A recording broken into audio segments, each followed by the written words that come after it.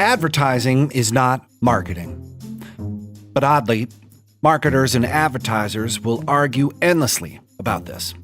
Even worse, in most of the business world, marketing's function is even less clear. It's thought to be the attention-grabbing, make it look pretty, brand our logo on the moon profession, when in reality, those things are just parts of an effective marketing strategy.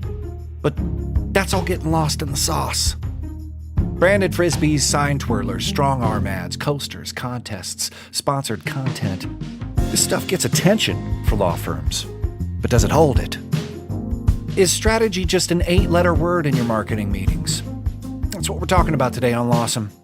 Inbound marketing and how a little empathy, listening, and strategy can help lawyers attract and hold the attention of potential clients.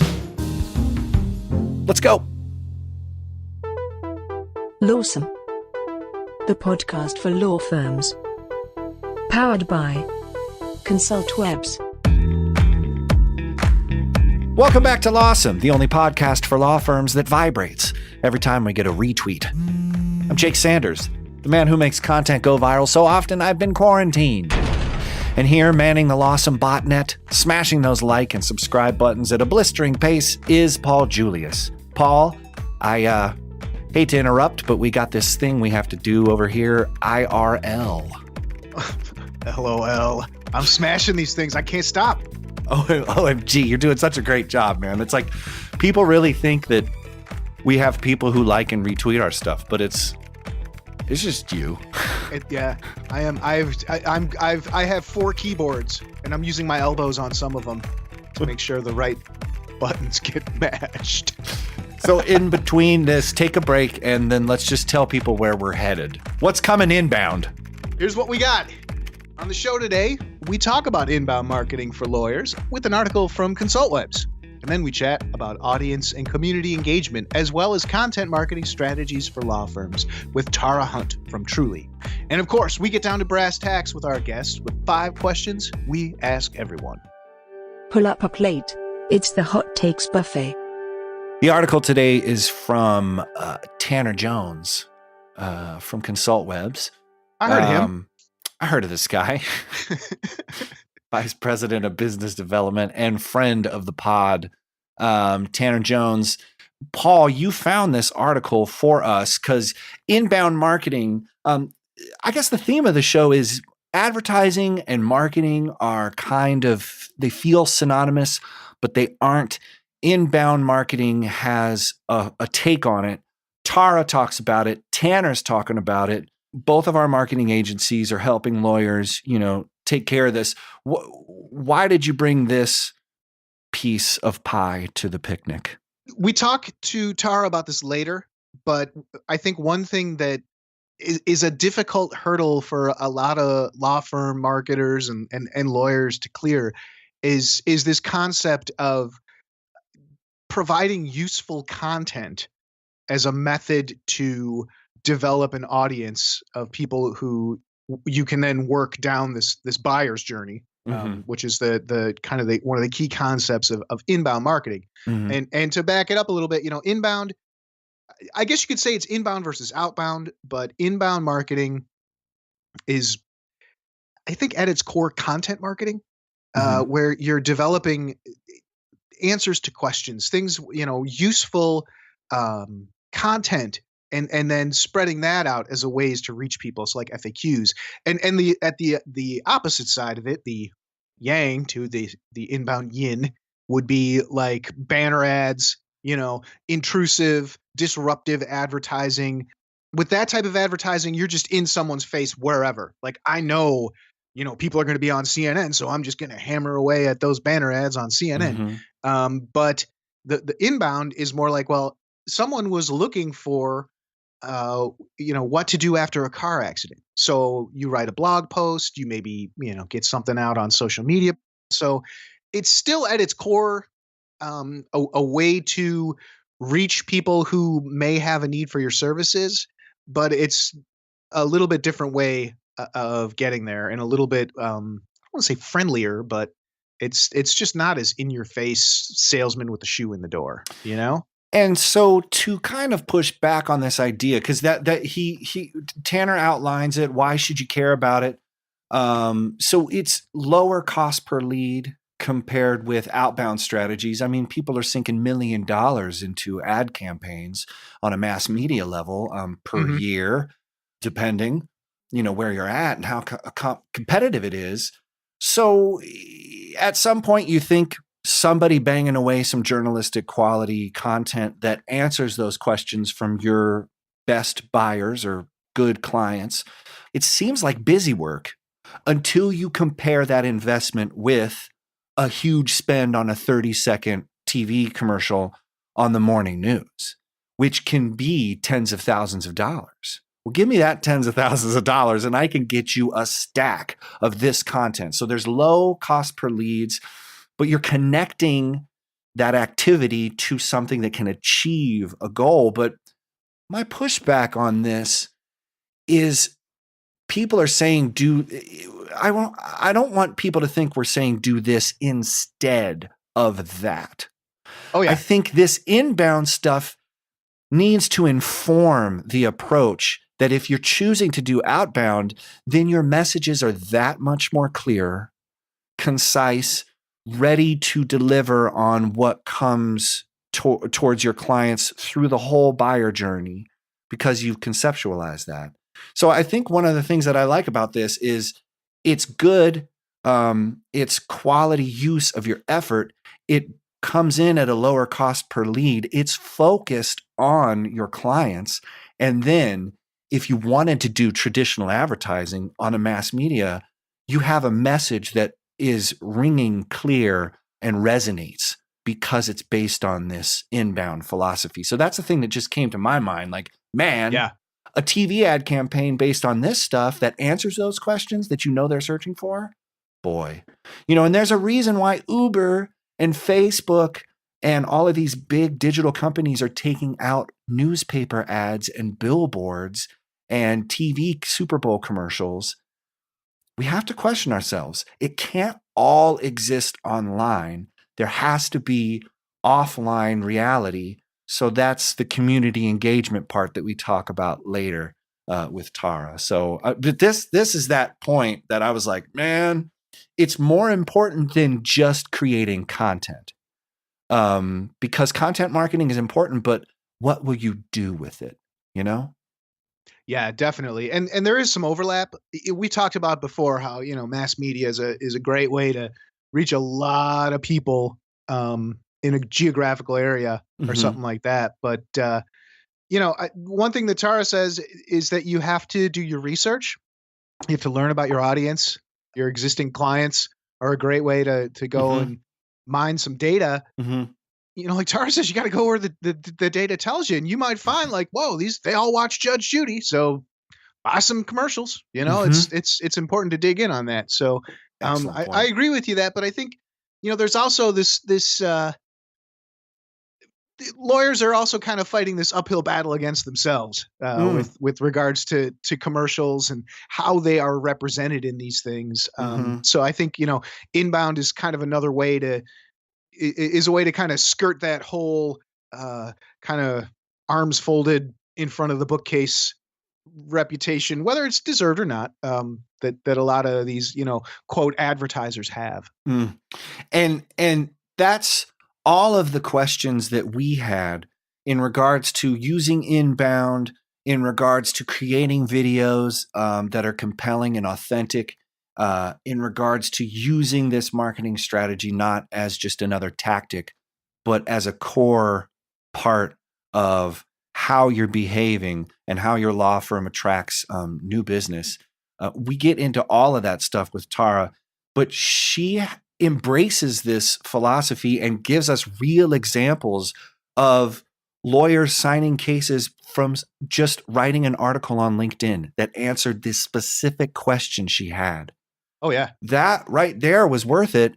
And then another example of how an immigration law firm is tweeting out existing, easily accessible data of high interest to their potential clients, people who are looking for citizenship information. She gives us an example there that just blows the roof off. So this isn't Absolutely. just happening in a vacuum, but it will if you just invest a small slice and get some, person to just bang out some content about, when to wear a neck brace, and you don't do anything with it. I think a lot of people say content marketing doesn't work, but it doesn't work if you don't use it right. Yep. A lot of these principles are here just living in isolation, but you have to apply them. And so the rubber meets the road later with Tara, and we're on the hunt, and we should just go to the interview. Yeah, let's go. Let's go. After these messages, we'll be right back. Any lawyer looking to grow their business online can generate more leads from their website by hiring ConsultWebs. After working with lawyers exclusively since 1999, we've tested thousands of web designs and marketing strategies, so we know what flips and what flops. For more information, visit www.consultwebs.com today.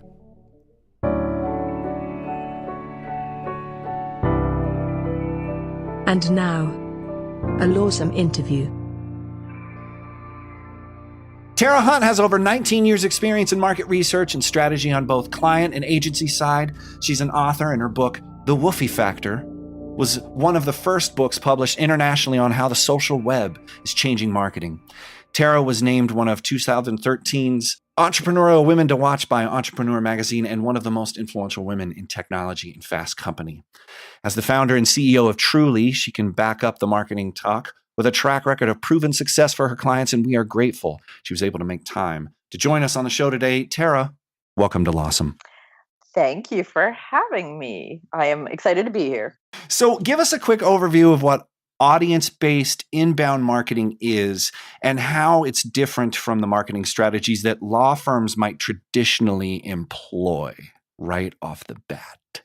Okay. Well, how quick do you want this? At the end of the day. Take all the time you need. Yeah. Yeah. Excellent. Yeah. So, I mean, it is actually quite a big question because there are a lot of nuances. So first let's back up into what I know of law firms, and you guys, of course, can come in and scold me and say you haven't done your research, but which is a big part of what we do. Right. But from what I know, like law firms traditionally, except for the guys on the cable morning show with the the old school, have you been in an accident? Talk to us kind of lawyers. Loved one hurt in your car. You need to be a lawyer. Most lawyers, I think, have shied away from marketing. Am I right in saying that? For many years, it's kind of been like a no-no in the industry. Yeah, I mean, it's coming around, right? I think that's a very perceptive thing, and the problem is that a lot of lawyers look at other lawyers who advertise very negatively. So it kind of feeds on it. Yes. And on top of that, there's bar advertising restrictions from the bar associations that kind of prevent the language in which compelling advertising would traditionally employ hyperbolic, things. And most lawyers are wary of promising certain things without restrictions. So you won't see too many commercials come out without a big disclaimer or appended or, somehow couched within the context. So it's hard to find where the position from which a compelling advertising campaign could be executed on a marketing level. So it's not that they haven't shied away from it, but it's how does it apply to their DNA? So it's sort of sometimes a fundamental question. Some people are all into it and they have beer cozies everywhere, and that's cool too. Yeah. So to that though, I would say that that might be an advantage when it comes to law firms and the type of marketing that I've been advocating for coming up 20 years, pretty much. Law firms, with my assumption on that side, have largely relied on word of mouth. Right. The idea that you work and you win these cases and you make your clients really happy and sometimes rich and they tell other people. Right. And it's like that sort of thing. So the inbound, the the relationship type audience development type marketing that we focus on and that we advocate is very similar. It's all about building more opportunities for that word of mouth to spread. So the way that you approach this, rather than maybe in an ad agency or a PR firm, people say, okay, we need to make a lot of noise. They're very awareness focused, right? So very much we need to get our name out there further, get it in front of more quote unquote eyeballs, and get our name out there. Something clever sort of sticks in the brain, like all these different like storytelling, blah, blah, blah, blah, blah. That's sort of been marketing brand awareness sort of campaigns. That's been sort of the focus of marketing, or that was the focus of marketing for many years. But with the internet, the customer journey has changed. Instead of people seeing a lot of billboards or an ad on TV or in a magazine or even press in a column, talking about this great work that a law firm has done, and then that sticks in your mind. And so when you go to look for a lawyer, like, of course, that brand is top of mind. That still sort of happens, but not as much. Now we have 89% of people, like, they go B2B as well. They go online first and foremost to research, in dozens of sources before they reach out. So the customer journey is very different. So it's, awareness matters, right? Because if you already have in your mind that there's a reputable firm that you'd love to work with, you're going to, of course, go to their site first, and you're going to go check out their stuff first before you make any sort of comparisons. But at the same time, a lot of people are going to just open up that search bar and start typing in basically their problem. Like, I'm looking for this solution. So the way that we approach it and the way that we think about this marketing is really first and foremost about understanding your audience. Who they are as a whole person, how they think, where they're hanging out, both online and off, and that sort of thing. And then, creating these profiles of who that audience is. So if you already have a customer base, of course, you can sort of pull from that. Who have we been working with? Who are our best customers, right? The people that come back time and time again, that pay their bills quickly. All those Right. sort of that list of Important. all the things that you desire. Critical. Yeah, exactly. Bring you a lot of business, spread the word to other people. But like some firms might find that they're just starting out, or maybe they want to go into a new market. So then you need to create that profile. You need to find that best audience. And so what we do is, we define it on 3 levels, right? So number 1, that audience member, that person has a desire or need for your product or service. I don't think law firms would fall prey to this, but too many customers, our companies that we talk to at first are like, our audience is everybody. No, your audience is never everybody. We need to find your best audience, because even with low cost per clicks these days, it adds up. So the more targeted that spend is, the better. So they need to have a desire or need for your product or service. They can afford, and this is the big part. Of course, I think for law firms, it's very important. For us, I completely relate to law firms because we're service based ourselves, right? So you can afford to pay for the product or service. I don't want to waste my time talking to somebody who doesn't have the kind of budget to spend to have a successful project. Right. And then number 3, and this is the important relationship community part of it, is they talk to others like them. That whole word of mouth can spread. So if your audience happens to be monks, that's going to be a problem for you.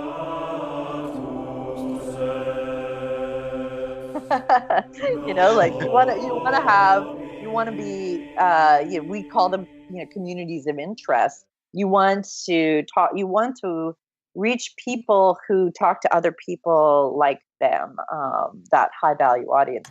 And then once you understand that, you build a strategy that will get in front of them, like the in front of that right audience with the right message on the right platforms. You need to like really think about it, about meeting them on this customer journey. And I don't know if you guys have talked about the customer journey at all, but there's several phases to it, of course.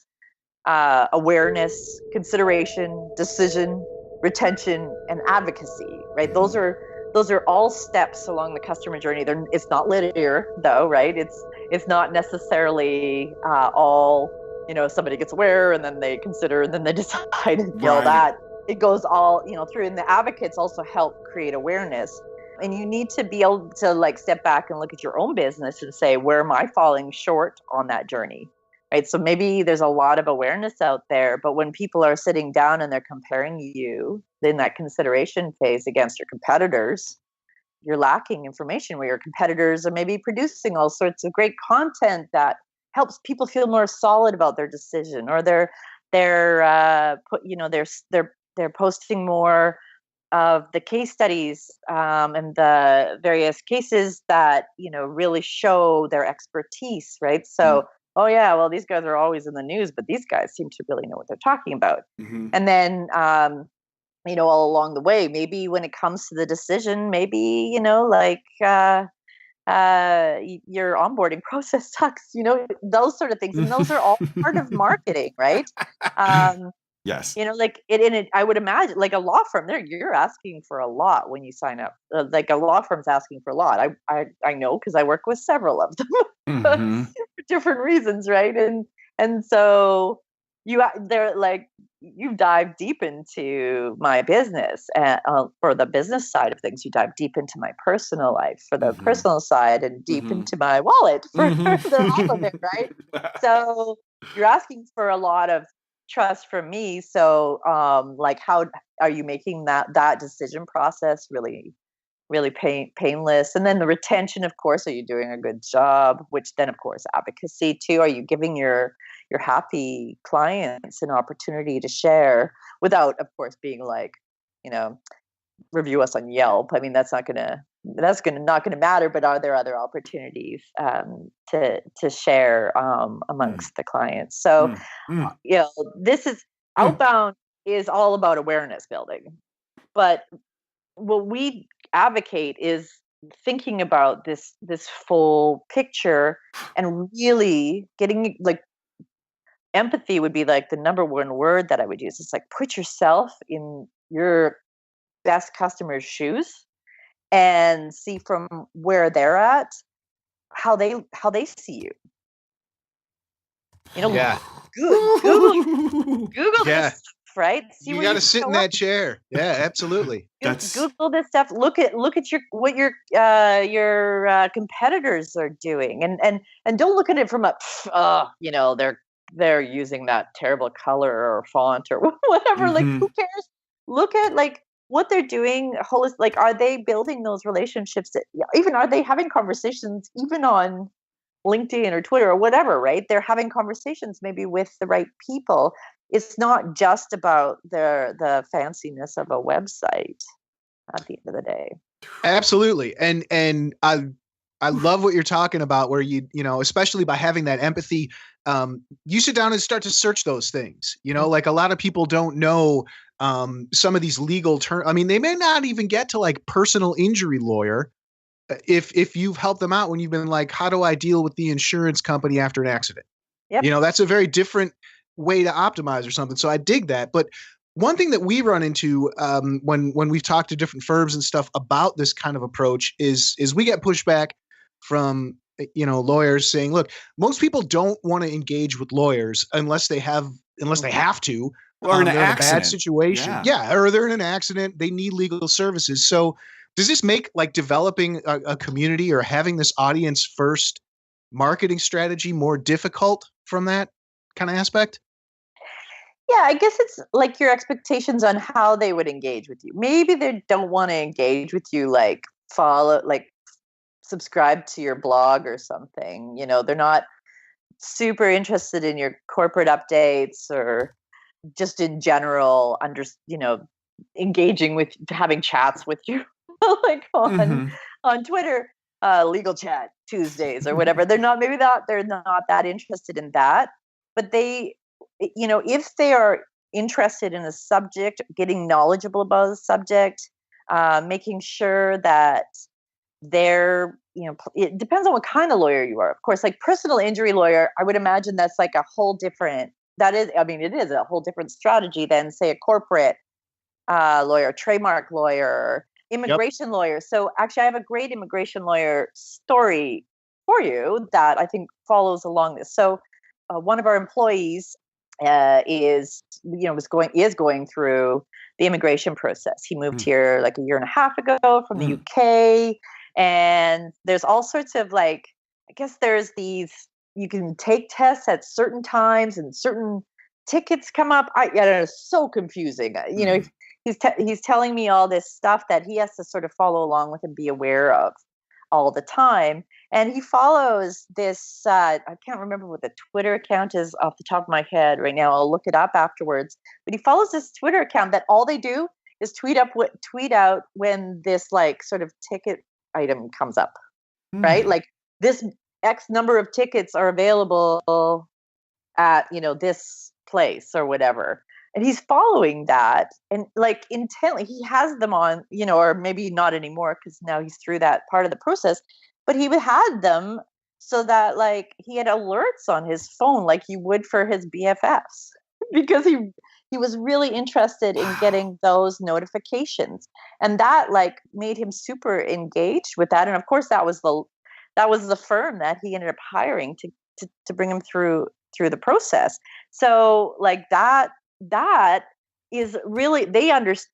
I mean, they have the ugliest, by the way, I remember him showing me this, and they had the ugliest website, terrible logo. It was, I don't know, somebody made it on MS Word, whatever. Oh, don't dog on that. That's our choice weapon. That's our bazooka. But that's but it didn't matter because they were providing this information that he's so deeply desired. So I love that. That sort of story shows you they understand their audience. They understand their audience their audience probably would be turned off by a slick website because they don't have a ton of money, right? They just want a solid law firm that's going to help guide them through this process. And he was telling me that they have all sorts of other great resources on their site, both in just to read as in a blog, but also as downloadable, printable things that they can bring to interviews.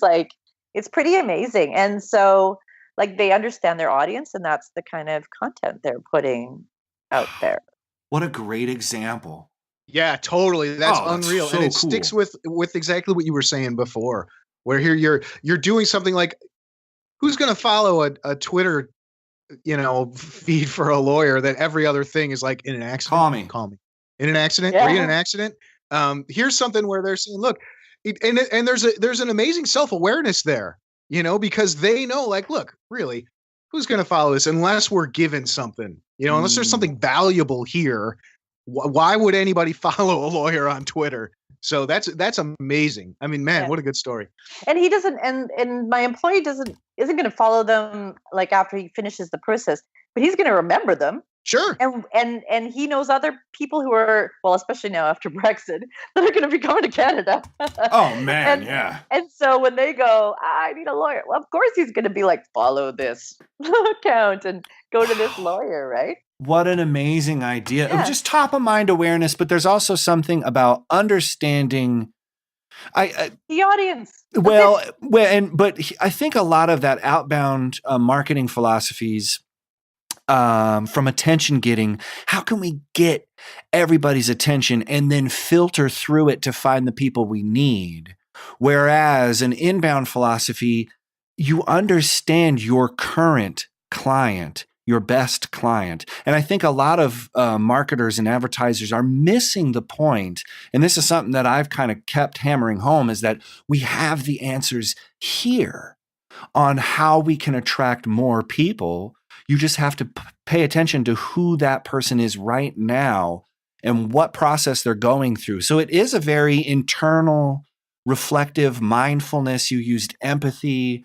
It's just, I love that philosophy because everyone's wondering how to get attention, but you want to get the right people's attention. So the only way you can do that is, so it's such a weird engineering thing that you've eloquently and awesomely outlined. So the next question is, customer communities are frequently misunderstood, like potential client pools. Like, how do I get to these people? Just like you're saying, serving those processing immigration numbers on Twitter is something those potential clients are desperately interested in.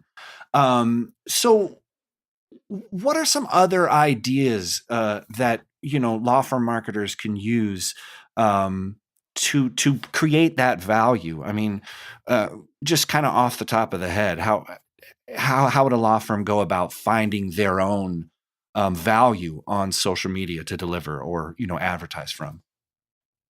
Yeah, I mean, once again, it's going to depend on the type of law and the audience itself. I can only really think in specific examples because it should be specific examples. But another, I do know lawyers who serve small businesses, for instance, and they understand their small businesses are run by a person who is DIYing pretty much everything from their accounting to their contracts, paperwork, all that stuff, right? And they want to give enough, I guess, base information and share enough base information that they're attracting those small businesses to the point where that when that small business, I mean, and I'm one of them, that when you hit that breaking point where you're finally making enough money that you don't have to do it all yourself anymore. Now you can actually hire the professionals and get a little bit more organized. So yeah, we now have lawyers and accountants and all that stuff. So when I've hit that breaking point now, because that firm has offered me all of those great resources and that place to come and ask questions, just lightweight questions along the way. Now I have that trust built, and of course I'm gonna go and hire them. What a great idea! Woo! But I was just thinking about a lawyer trying to do that, trying to help through inbound marketing, educate, empower, provide some services for people to learn about the law and their areas. And then eventually when they need you, they'll come and get you, but only because you've provided value in front. And you just talked about that from, the B2B side, but it just translates. That's really powerful. Here's an example. It's not from the law side. It's actually from the wealth management side. So a client of ours has created videos, like whole downloadable white papers and courses and lots of content on how to DIY invest. Like walks through step by step, Scotia, iTrader, whatever it is. Here's what you do, and this is what like advice on all that. So the people that they're giving away the entire cow, right? At that point. But what's really crazy about what's happened in that case, and is that it's very similar to law, right? You have a very strong set of skills in this area that is confusing and like hard, but a lot of people are starting to do more DIY. Well, instead of fighting the DIYers, why not embrace them? So that's what they did. And what happened was, of course, like they get tens of thousands of followers on their YouTube channel, right? And they're like subscribed and they're asking questions and they're back and forth. And then these DIYers start making enough money that they're like, oh, maybe I should hire you to like handle this stuff, because I feel like now I need like a little bit more like nuanced help and broader wealth management help. And now they're signing up these these like $500,000 to $1 million accounts, right? But that's similar to that scenario that I was talking about with the small businesses. Yeah, there's going to be a lot of DIYers out there. There's going to be a lot of people who want to learn this stuff, but if you teach them right, they're going to get to that level that they can afford you, and then Right. reel them in. Well, provide that value in front. So thinking about, you talked about Legal Chat Tuesdays on Twitter, and there are people who have a community presence and they're trying to embrace that. But I wonder if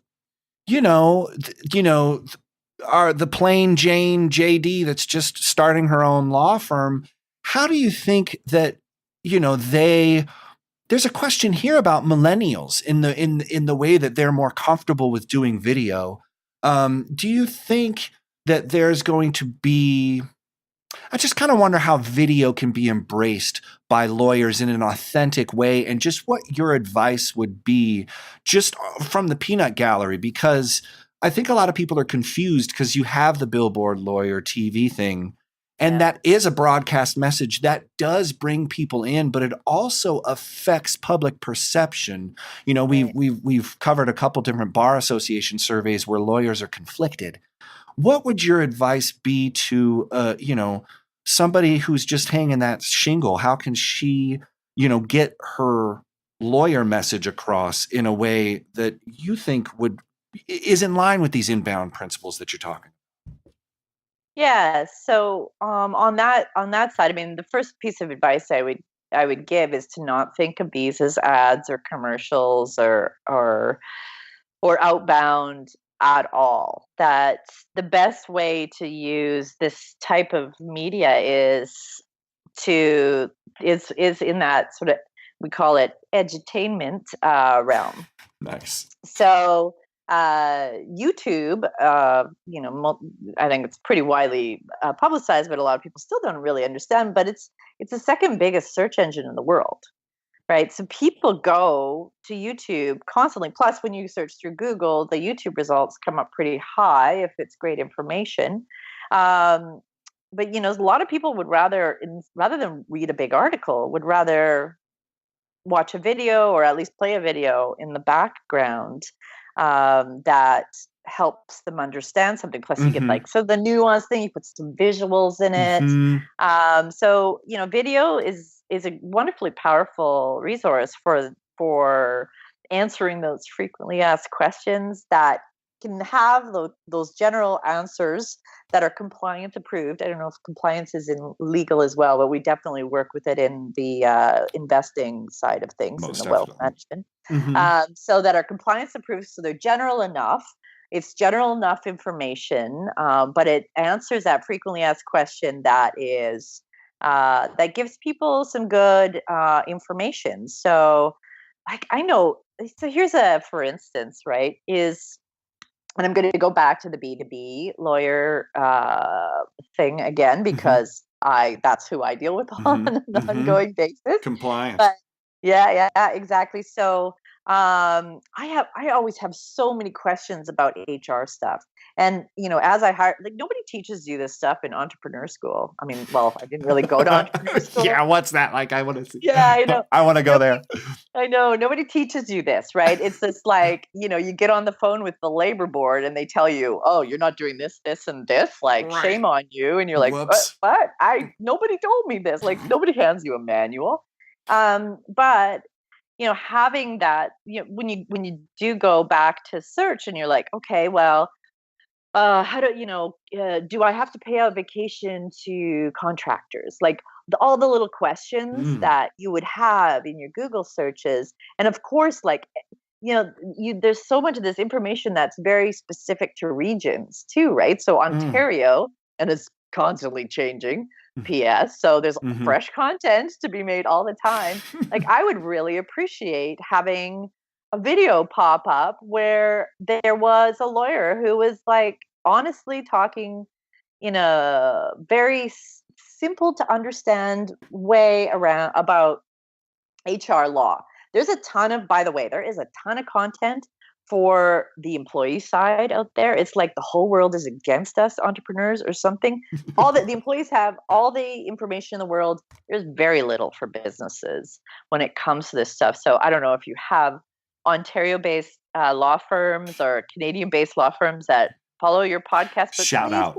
please make some content, even if it's just like a few posts, blog posts. I don't care what kind of content you make that helps answer some of those frequently asked questions that I have, because like that sort of stuff can be generalized. And then if things get complicated, who am I going to hire to help me through a labor board dispute? That lawyer who offers up that video or that post. And I actually have hired a lawyer to negotiate my lease based on a Google search that I did, where I typed in, do I really need a lawyer to negotiate my commercial lease? I literally typed that into the search bar, and the first result that came up was, do you really need a lawyer to negotiate your commercial lease? It was a LinkedIn article written by a local real estate lawyer who, I didn't realize that. I clicked on the article like, oh, great. It's like directly reflecting that question. Like Wow. She read my mind. I read the article. The article basically gave me all the information, said, yeah, you don't really need a lawyer, but like sometimes you can get, they can, these, especially some of these buildings that are in big centers, can plug things in there that you could regret later. And if you don't understand the wording around it, it might, be beneficial. I was like, oh yeah, I'm dealing with Allied, which is like in Toronto is like this huge, yeah. And I'm like, oh, I'm sure they've got a ton. Like this was an 80-page document. So I look up the person who wrote it, Toronto-based real estate lawyer. Well, hallelujah, isn't this great? Reach out to her, hired her like within the next hour and a half. And she did an amazing job.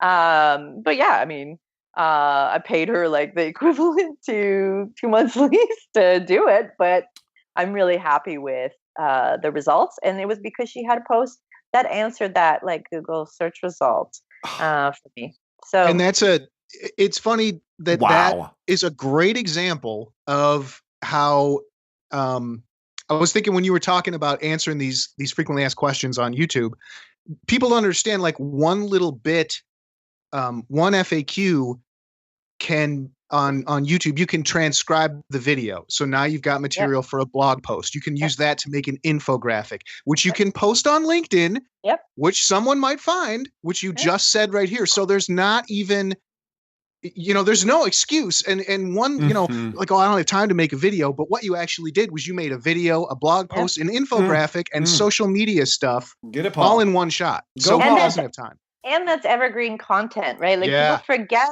about like ads are one thing, whatever. Like those are seasonal stuff. Evergreen content like that, things that people are constantly searching, is just it's so valuable. Like our wealth management clients, they do RRSP sort of strategy videos, and like every year there's a huge spike again in their traffic because of those videos. Nice. So, yeah. Cool. So along with that, the last question we have here is you've given out so much great information and so much good advice.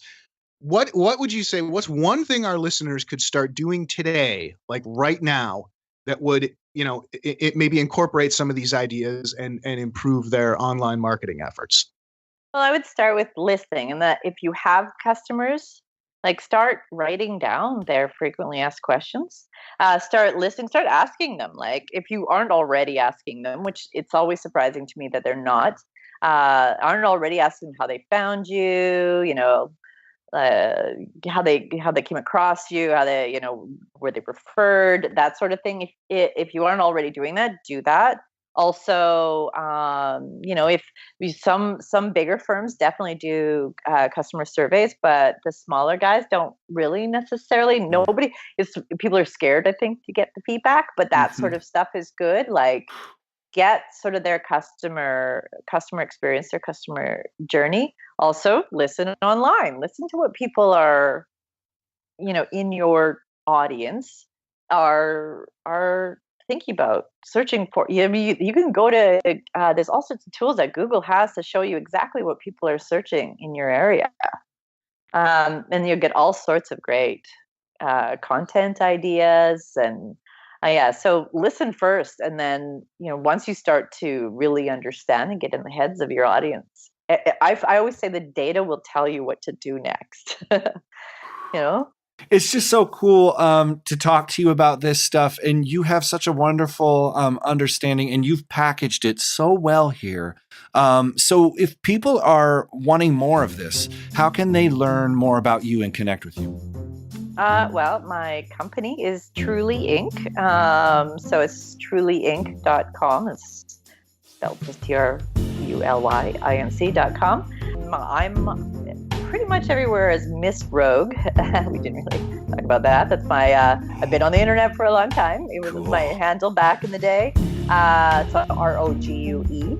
So on Twitter, LinkedIn, I have a video series on YouTube myself, which I give away all of this information on a regular basis as well. I don't give tips and tricks. It's more around strategy and philosophy around this type of approach, because I'm trying to start a revolution, but it's very helpful, and I think a lot of people find it helpful. And there I'm under just Tara Hunt. I figure that's enough touch points. 5 questions we ask everyone. What was the last book you read? Oh, How to Be Successful Without Hurting Men's Feelings. I'm offended in some way. I'm grateful. I'm shaving my legs right now, but it's a comic book. What is your favorite place? Oh, my sofa. Is that? Are we getting deeper than that? Nope. Legit. We don't have a lot of rules in this part of the podcast, so it's okay. Number 3. What sites, blogs, newsletters, or podcasts do you regularly check in with? Oh, I am pretty obsessed with Reddit. Podcasts on the media is like every Saturday we're like on that, but also every day the daily podcast out of the New York Times and NPR's morning podcast as well. Mm-hmm. Cool. Those are sounds about right. Be good. Solid. Yeah. No, it's good. Okay, number 4. If you were stranded on a desert island and could only pick one condiment to take with you, what would it be? Oh, yeah, that's easy. The salsa verde. 100%. Nice. Yeah. Excellent. All right, number 5. We've made it to the end. After a long day or a long week at work, how do you relax and unwind? So wait, so the week has to end for this to happen? It can be whenever you get a break. How do I unwind? Cuddling with my pugs. Nice. What are the dogs' names? Ridley and Lizzie. Love it. Yeah, Ridley's actually in a sunny spot right now, panting away right now. Enjoying it. For show notes, links, and info, go to thelawsomepodcast.com or follow us on Twitter or Facebook. Be sure to leave us a review and rating in iTunes or wherever you find the you listen to. Until next week, stay lawsome.